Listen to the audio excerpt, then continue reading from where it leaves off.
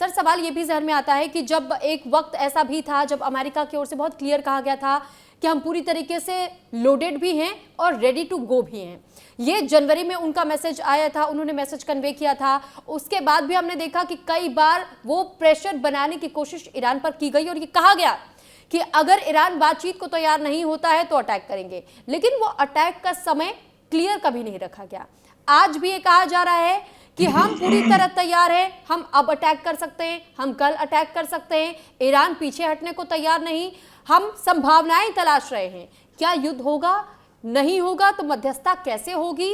लेकिन सर एक अहम सवाल जो ये आता है जहन में कि सर इससे पहले भी हमने देखा है कि कभी भी ऐसा हुआ कि हार्ड लाइनर्स एक वो तैयार किया गया, लेकिन इस्लामिक रिपब्लिक झुकने को तैयार नहीं होते, वो और हार्ड हिटिंग तरीके से सामने आते हैं, वो मुंह तोड़ जवाब देते हैं और फिर और ज्यादा कट्टरवाद वहां पर देखने को मिलता है। क्या सर इतिहास दोबारा रिपीट होता हुआ दिखाई दे रहा है?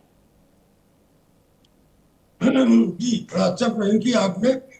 इससे पहले कि मैं कुछ आगे बात करूं, मेरे फ्रेंड जावेद जी यहाँ बैठे हैं जी। और जो ईरान का समर्थन कर रहे थे, बड़ी अच्छी बात है।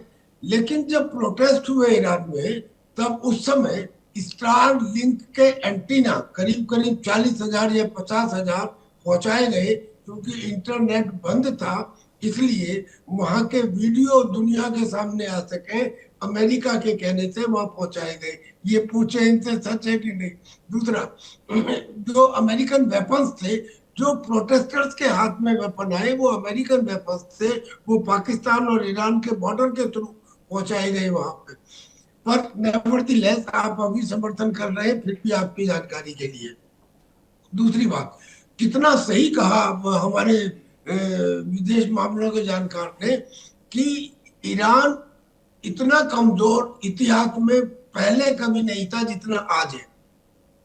उसका कारण है कि एक तो एंटी इनकम्बेंसी, 40 साल से ज्यादा का शासन हो चुका है खोमेनी का। खोमेनी साहब 80, 85, 86 साल के हो चुके हैं। वहां पे विद्रोह हो रहे हैं, और ये उसी किस्म का विद्रोह है जैसा करीब करीब 1979 में हुआ था। हम्म। तो एक सिद्धांत है कि फौज का, कि आप अटैक वहां करो और तब करो जब दुश्मन सबसे ज्यादा कमजोर हो। हम्म। और दूसरा सिद्धांत इसमें यह है कि उसके ऊपर तादाद से ज्यादा ताकत से अटैक करो, ताकि विजय सुनिश्चित करो। अब जो अमेरिका डिले कर रहा है, वो विजय सुनिश्चित करने के लिए डिले कर रहा है कि बहुत सारे देश आ जाएं, और उसका एक और मैडा जो शायद कैरिबियन सी वाला है, उसमें टाइम लगेगा आने में, शायद उसका इंतजार कर रहे हो। रूजवेल्ट और अब्राहम लिंकन तो पहले भी है। अच्छा, ईरान के साथ ये बात जो इन्होंने कही विदेश मामलों के जानकार ने, कि भाई ईरान को अगर अब खत्म नहीं किया गया तो फिर खत्म नहीं कर पाओगे, क्योंकि ईरान एक ऑक्टोपस है। ईरान की बहुत सारी आतंकी भुजाएं हैं, ऐसे और देशों में नहीं होता, थोड़ा हम्म। बहुत पाकिस्तान के अलावा। तो उसमें हुती है, हिजबुल्ला है, हमास है। अच्छा, कोई मिडिल ईस्ट का कंट्री देख लीजिए, उसमें कोई ना कोई एक आतंकी संगठन होगा। और ये किसने किया ईरान में? सुलेमानी ने किया, जिस सुलेमानी को मारा गया। जब ये प्रोटेस्ट हुआ ईरान में, तो एक बड़ा ही इंटरेस्टिंग बात सामने आई। वो ये कि वहां पे वो सुलेमानी का जो एक प्रतिमा बनी हुई थी, उसको तोड़ दिया गया। क्यों तोड़ दिया गया? इसलिए कि जो आतंक को फैलाने का काम और उसे दाना पानी देने का काम सुलेमानी ने किया, जिसे खोमेनी जी अपना नंबर 2 मानते थे, हम्म। वो उसने किया। उसने इन आतंकी भुजाओं को खड़ा किया, जिसकी वजह से पूरे मिडिल ईस्ट के अंदर जो हम्म। दूसरे देश हैं, बेशक आज वो ये कह रहे हो मुस्लिम ब्रदरहुड के नाम पे कि हम अमेरिका को अपने यहाँ से हमारे एयरबेस इस्तेमाल करने का मौका नहीं देंगे, लेकिन सब दुखी हैं। सब दुखी हैं ईरान से। क्या ईरान के वो हुती नहीं थे जिन्होंने सऊदी अरबिया में और यूएई में ऐसा हमला किया कि इतने दिनों तक आग लगती रही? यानी कि मुझे लगता है कि ऐसे में, क्योंकि पूरी दुनिया अब चाहे हमारे यहाँ G20 हुआ हो या यूनाइटेड नेशंस में मीटिंग होती हो, जब से 9/11 का हमला हुआ है पूरी दुनिया को समझ में आने लगा है कि सबसे बड़ी प्रॉब्लम आतंकवाद है। और ये आतंकवाद और आतंकी संगठन सबसे ज्यादा वेस्ट एशिया में है। और वेस्ट एशिया के एक कोने के ऊपर या एक धुर के ऊपर है इजराइल और एक धुर के ऊपर है हिंदुस्तान, और हम दोनों तो सबसे ज्यादा इससे दुखी हैं। तो इस और ये आतंकवाद कहाँ से फैलते हैं? एक तो हमारा फ्रेंड बैठे हुए हैं पाकिस्तान से और या फिर ईरान से।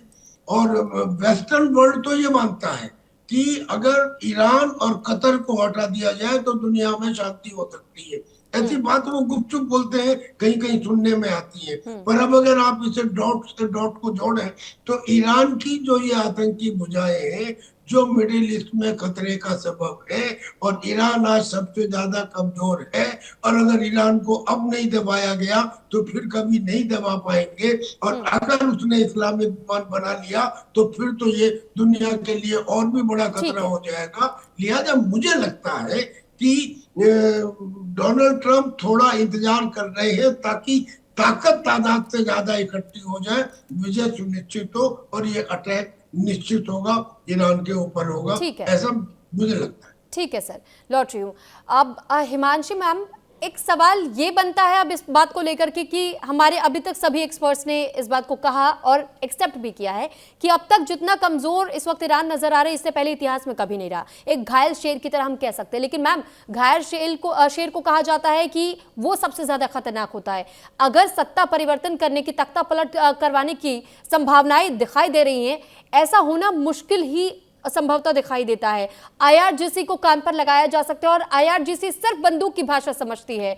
खून खराबा बहुत ज्यादा होगा, सिविलियंस बड़े पैमाने पर यहां उनको क्षति पहुंचेगी। तो तख्ता पलट आप किसका करवाएंगे? IRGC अगर सत्ता की कमान संभालने पर उतर जाए तो फिर जायज है कि वहां पर और ज्यादा एक तरीके का आतंक देखने को ईरान में मिलेगा और वो लड़ाई, वो संघर्ष की लड़ाई और से बढ़ती चली जाएगी। मिडिल ईस्ट में क्या है, इस बात को लेकर के तनावपूर्ण माहौल और आने वाले समय में नहीं देखने को मिलेगा।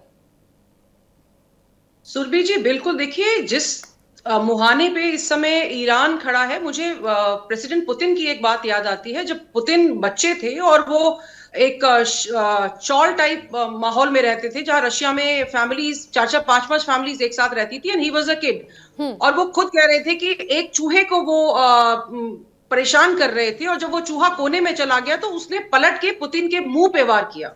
तो पुतिन ने कहा है और उन्होंने बहुत सारे इंटरव्यूज में इस चीज को कहा है कि किसी को इतना आप कॉर्नर मत कर दो कि वो आपके ऊपर हिंसक होके और वार करे। देखिए इस समय ईरान हमें इकोनॉमिकली बहुत कमजोर लग रहा है, लेकिन जो उसके देखिए वेपनरी है, अगर उसने 60% तक यूरेनियम को परिष्कृत कर लिया है और हमें नहीं पता है वो यूरेनियम कहाँ है। उसके 12 दिन का जो युद्ध हुआ था, इन्होंने फोर्डो में अपने B-2 बॉम्बर्स चला लिए, इनको पता मैम इसके बावजूद एक नई सैटेलाइट की तस्वीर सामने आई है ईरान के न्यूक्लियर प्लांट बेस की, और ये कहा जा रहा है कि जिस इंफ्रास्ट्रक्चर को अमेरिका ने तबाह किया उसे दोबारा से निर्माण उसका शुरू करवा दिया गया है, बहुत सेफ्टी के साथ में। भी वो कभी इसको खराब कर ही नहीं पाए, उसको तोड़ नहीं पाए। देखिए हाँ। ईरान के पास एक टेक्नोलॉजी है जिसको ultra high cement performing cement कहते हैं, UHPC। आप गूगल कीजिएगा कभी, आपको पता चलेगा। दैट इज एक्चुअली, देखिए जो सीमेंट होता है उसकी सबसे बड़ी कमजोरी होती है उसकी भंगुरता की, उसको बिखराव आ जाता है। लेकिन ईरान इस टेक्नोलॉजी को डेवलप कर पाया है कि जो उसने अपने पहाड़ी क्षेत्रों में, चाहे फोर्दो हो, चाहे नितांज हो, चाहे अस्फहान हो, वो इस लेवल तक उसको डेवलप कर पाया है कि उसको भेद पाना इनके बस में नहीं है। इसीलिए उन्होंने बार बार वहां पे बॉम्ब मारे थे, और उतना होने के बाद में भी ये अभी तक ये नहीं बता पाए, नहीं तो IAEA वहां पहुंच जाता कि वहां से न्यूक्लियर लीक हुई है। लेकिन ऐसा हमें वो 12 दिन के युद्ध के बाद भी देखने को नहीं मिला। जी। ईरान भले ही हमें इकोनॉमिकली कमजोर लग रहा है कि $1 के लिए इनको लाखों रुपए रियाल देने पड़ रहे थे, लेकिन फिर भी मिलिट्रीली मैं ये नहीं कहूंगी कि अमेरिका के बराबर का माइट है, लेकिन जिस तरह की मिसाइलें, जिस तरह के ड्रोन्स और जिस तरह की दृढ़ इच्छा शक्ति उनके पास है, वो अमेरिका के पास नहीं है। देखिए अमेरिका एक कॉज के लिए नहीं लड़ रहा है, वो किससे लड़ रहे हैं? इनके दम्भ के लिए। और उसके अलावा एक और चीज है, जो वहां पर आप अगर देखें मिडिल ईस्ट में, तो वहां पर बहुत सारी जगह पे आज भी राजशाही है। वहां पर अगर इलेक्शंस होते हैं तो म्यूनिसिपल इलेक्शंस होते हैं, लेकिन राजशाही वहां पावर में रहती है। तो अगर आप इनको बदलते हैं तो क्या आप ये कह रहे हैं कि आप पूरे मिडिल ईस्ट में डेमोक्रेसी लाना चाह रहे हैं? तो क्या मिडिल ईस्ट के देश, चाहे बहरीन हो चाहे सऊदी हो, क्या वो इस तरह की सत्ता परिवर्तन के लिए तैयार हैं? और अगर तैयार हैं तो अगर जैसा आप कह रही थी कि आईआरजीसी अगर कमान ले लेगी, अगर आईआरजीसी कमान लेती है, और हमें पता है आईआरजीसी खुद ट्रेन करती है हिजबुल्लाह, हमास और बाकियों को, तो क्या हम उनके हाथ में चाहते हैं कि इस तरह के हथियार लग जाएं? और ईरान जो है वो 13 देशों के साथ में अपनी सीमा जो है वो लगी हुई है। तो उन देशों के साथ में देखिए बलोच भी है, कुर्द भी है और बाकी भी लोग हैं। तो क्या कोई ऐसा है जो इन सब को दबा के रख पाएगा? तो बहुत सारे मुद्दे हैं। देखिए, लड़ाई सिर्फ अमेरिका वर्सेस ईरान कहना बहुत आसान है, हाँ। लेकिन इसके जो प्रभाव हैं वो बहुत दूरगामी है।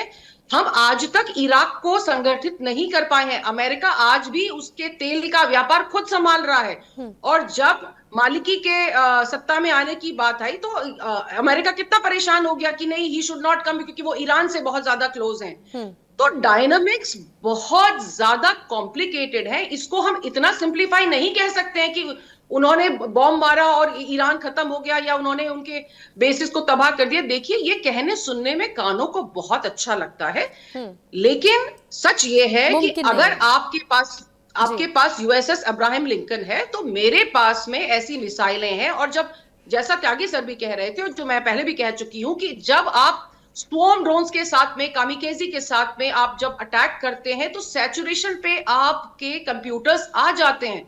आप उनको हर चीज को स्टॉप नहीं कर पाएंगे। और अब देखिए, अरबों खरबों डॉलर का आपका यूएसएस अब्राहम लिंकन है, और मेरा जो एक छोटा सा आप ड्रोन कह लीजिए या मिसाइल कह लीजिए, वो कुछ $1000 की है। तो अगर आप मुझे नुकसान पहुंचाएंगे तो शायद मेरा उतना नुकसान ना हो जितना आपका हो जाए। आपका हो, ठीक है मैम, क्योंकि समय का अभाव है, इस वजह से मुझे अब यहीं पर रोकना पड़ रहा है आप सभी को। गंभीरता ज्यादा है तो हमें बहुत सारे पक्षों को विश्लेषित करना पड़ेगा। जी सुरभि जी। ठीक है।